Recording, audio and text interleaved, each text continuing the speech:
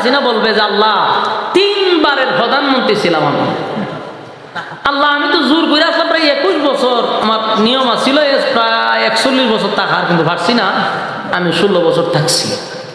আমি রাজাহার বলবো না আপনারা ডাকবো? আল্লাহ হইব কোন দেশের বাদশাহ? হবে আল্লাহ বাংলাদেশ। আচ্ছা ঠিক আছে, বাংলাদেশের প্রধানমন্ত্রী হিসাবে দাঁড়া। প্রেসিডেন্ট ডোনাল্ড ট্রাম্পও আল্লাহ জিগাইব কি তারে হবে, পরীক্ষার জন্য প্রস্তুতি নেন। আর আল্লাহ বলেন আমিনু কামা আমানান নাস, তোমরা ঈমান আনো ওই মানুষদের মতো, কারণ তোমাদের উপর ঈমানি পরীক্ষা হবে। বলুন কি হবে? আসমানের নিচে যত জায়গা, জমিনের নিচে যত, উপরে যত জায়গা, সব জায়গার বাদশাহ বানাই আল্লাহ সুলাইমান নবীরে পাঠাইছে। শুধু একটা দুইটা দেশ না, গোটা পৃথিবীর রাজত্ব একা সুলাইমান নবী চালাইছে। শুধু মানুষের বাদশা না, জিন্নাতের বাদশা, পাখিদের বাদশা, পশুদের বাদশা, পিঁপড়ারও বাদশা। সুবহানাল্লাহ বলে। সুলাইমান নবীর বউ আছিল 300। আপনারা নীরবতায় বোঝা যায় আপনার এলাকাটা এর চেয়ে বেশি কেউ বিয়া করছে। আর আমি তো অবাক হয়েছি আপনারা নীরবতা দীক্ষা। বউ আছিল 300, আপনারা যে একটা বাপ ধরছেন, বোঝা যাবে 350 আপনার এলাকাতেই আছে। এরকম বিয়া কেউ করছে? তা আপনারা নীরবতায় বোঝা গেছে না? এরকম আওয়াজে বোঝা গেছে। 300 বউ, কি বুঝলেন? এক বউয়ের সাথে যদি আজকে দেখা করে, আবার এটার কাছে গুইরাইতে 1 বছর লাগবো। কথা হয় না? একদিন করে সময় দিলে 1 বছর লাগবো। তাহলে 300 বউ সুলাইমান নবীর। 700 বান্দি ছিল। আপনার এলাকাতে আপনার সুবহানাল্লাহ আসেনি? এটা কোন সময় কেউ মারা গেলে, তো কোন সময় ঠাড়া করলে আমি জানি না, তো হইতে পারে ঠাড়া করলে আপনারা সুবহানাল্লাহ করেন। এক এক জায়গার এক এক নিয়ম হইতে পারে। 300 বউ আসেন, 700 বান্দি ছিল।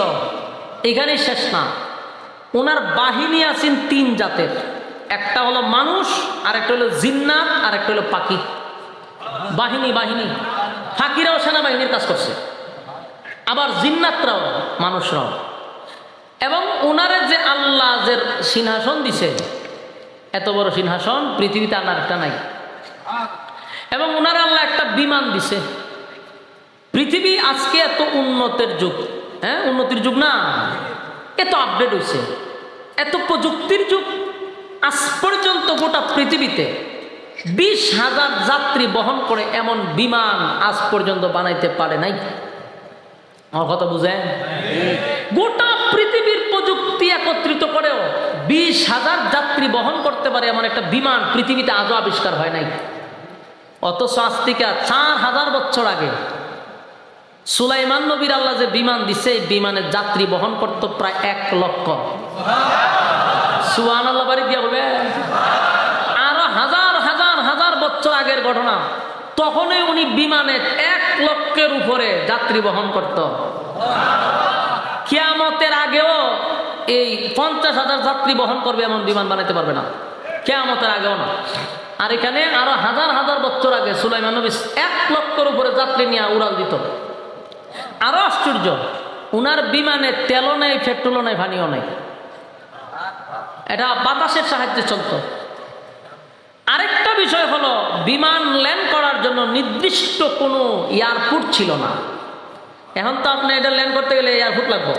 আর সুলাইমান নবী যেখানে মনে চাইত সেখানে দাঁড়াই দিত। এত বড় রাজত্বের মালিক, বউ 300, ব্যস্ততার অভাব নাই। আবার শুধু মানুষের বাদশা না, জিন্নাতের মধ্যে বেজার লাগলে উনি সমাধান করে। ফিফরায় ঝগড়া লাগছে, এটাও ওনার সমাধান করতে হয়। এত ব্যস্ত একজন নবীরে আল্লাহ বানাইছে। কিন্তু হাসরের মাঠে অনেক কোটিপতি, যেমন আমরা শেখ হাসিনা বলবে যে আল্লাহ 3 বারের প্রধানমন্ত্রী ছিলাম আমি, আল্লাহ আমি তো জোর করে আসলাম প্রায় 21 বছর, আমার নিয়ম ছিল প্রায় 41 বছর থাকার, কিন্তু পারছি না, আমি 16 বছর থাকছি। তা আমার তো ব্যস্ততা, আমি উন্নয়ন নিয়ে আমার বিশাল ব্যস্ততা। আমি ওখানের ব্রিজ, ওখানের খাল, ওখানে কি, আমি তো উন্নয়ন নিয়ে খুব ব্যস্ত ছিলাম, তাই আপনারা ডাকতে পারছি না। আমি রাজাহার বলবো না আপনারা ডাকবো? আমি তো এটা নিয়েই ব্যস্ত ছিলাম। এটা কিন্তু উনি বলবে। আল্লাহ হইব কোন দেশের বাদশাহ? হবে আল্লাহ বাংলাদেশ। আচ্ছা ঠিক আছে, বাংলাদেশের প্রধানমন্ত্রী হিসাবে দাঁড়া। প্রেসিডেন্ট ডোনাল্ড ট্রাম্পও আল্লাহ জিগাইব কি তারে, সেও হবে আল্লাহ আমি তো বাংলাদেশের প্রেসিডেন্ট না, আমি আমেরিকার প্রেসিডেন্ট, আমার তো বিশাল ব্যস্ততা, আমি এই দেশের সাথে যুদ্ধ লাগাবো না, এই দেশের সাথে যুদ্ধ লাগাবি নিয়ে তো ব্যস্ত। আবার আমি নোবেল বিজয় পাওয়ার জন্য আবার আলাদা একটা ফাগলামি শুরু করছি, আমার তো মাথা এমনি নষ্ট আছে, ব্যস্ততার কারণে আমি আপনারা ডাকতে পারছি না। আল্লাহ যাবে কোনানের ওই প্রেসিডেন্ট আমেরিকার তারা, এরপর আল্লাহ ধরবো পুতিন রে, কই কি তারে কইব আমি তো আবার রাশিয়ার প্রেসিডেন্ট, আমার তো আয়তন বড়, আমার ব্যস্ততা বেশি, আমার আবার একটু মানে ভয় পায়, বিভিন্ন কাজে কর্মে আমি আপনারা ডাকতে পারছি না। এরপর আল্লাহ সিনারে ধরবো, সিনা হবো আমি খালি বুদ্ধি দিয়া দিয়া খেলছি, আমি কোন দেশ থেকে উন্নত হবো এই মাথার মধ্যে খালি বেজাল জিনিস দিয়া দিয়া দিয়া দিয়া আমি অনেক স্টাবলিশ হয়ে গেছি। হ্যাঁ, এরকম বিভিন্ন প্রধানমন্ত্রী আল্লাহর কাছে অভিযোগ দিব, আল্লাহ আমি ব্যস্ত, দেশের প্রধানমন্ত্রী আসলাম। আল্লাহ তখন এই সমস্ত প্রধানমন্ত্রীর কাছে সুলাইমান নবীরে দাঁড় করাইব। আল্লাহ কইব তোরা যতগুলা বলছো এগুলো তো একটা দেশের আসলে, আর আমার সুলাইমান নবীর আসমানের নিচে সব জায়গার প্রধানমন্ত্রী বানাইছি। সমুদ্রের মাছ পর্যন্ত ওনার কথা শুনত, মাছ পর্যন্ত ওনার কথা অনুযায়ী মাছ পরিচালনা হইত, সাগরের ভিত্তি ওনার কর্তৃত্ব খাটত, বঙ্গলের যত হিংস্র প্রাণী আছে সবগুলো ওনার কথায় চলত। এত ব্যস্ত একজন নবী যদি এত বড় বাদশাহী ভাইয়া, এক সেকেন্ডের জন্য আমি আল্লাহরে না ভুলে তোরা একটা বাংলাদেশের প্রধানমন্ত্রী আমার বুল্লা যাস, ফাইজলামি ফাইসাস, বলুন সাইজ করবো নি কথা হয় না। এইভাবে এক একজন এক এক অজুহাত দেখাইব, আল্লাহ এক একজনের দাঁড় করাইব। কেউ কেউ আল্লাহ আমি তো গরিব আসলাম, এমন গরিব ফেডে খাবার নাই, পোশাক নাই, এই জন্য আমরা ডাকতে পারছি না। আল্লাহ হজরত আবু বকরও দাঁড় করাইতে পারে, কথা কয় না। আবু বকরের ঘরে কিছুই ছিল না, রাসূল জিজ্ঞাসা তোমার ঘর কি আছে, বলছে আল্লাহ রাসূল ছাড়া কিছু নাই, কথা বুঝতেছেন, এত গরিব। আবার কেউ কেউ আল্লাহ আমি অসুস্থ ছিলাম, আমার প্যারালাইসিস, আমার পেটে ব্যথা, আমার মাথা গোড়ায়, আমি কোনো কিছু করতে পারি না, অসুস্থতার অজুহাত দেখাইলে আল্লাহ আইয়ুব নবীরে দাঁড় করাইবে। আল্লাহ হইবে 18 বছর অসুস্থ ছিল আইয়ুব নবী, তোরে কয় বছর রাখছিলাম, হ্যাঁ কথা কয় না। এত বছর অসুস্থ থাকার পরেও আইয়ুব নবী 18 সেকেন্ডের জন্য আল্লাহরে বলে নাই। আপনার এলাকা সুবহানাল্লাহ আছেন? তাহলে কিয়ামতের কঠিন ময়দানে ধনী হয়েছেন এই জন্য অজুহাত দিয়া বাঁচা যাবে না। আপনি নেতা ছিলেন বাঁচা যাবে না, আপনি গরিব ছিলেন বাঁচা যাবে না, অসুস্থ ছিলেন এই কথা বলেও আল্লাহর আদালত থেকে বাঁচতে পারবেন। আল্লাহ তোর থেকে বড় ধনী বানাইয়া পৃথিবীতে পাঠাইছি, আমার ইবাদত করছে, তোর থেকে বড় গরিব বানাইয়া আমি দুনিয়ায় পাঠাইছি, আমার ইবাদত করছে, তোর থেকে বেশি অসুস্থ বানাইয়া আমি আল্লাহ পাঠাইছি, আমার গোলামি করছে। সুবহানাল্লাহ। তুই কি অভিযোগ দিবি? সাধারণ একটা চেয়ারম্যান যদিও হে বেড়ার কার লাগল পাওয়া যায় না, ঠিক নেই?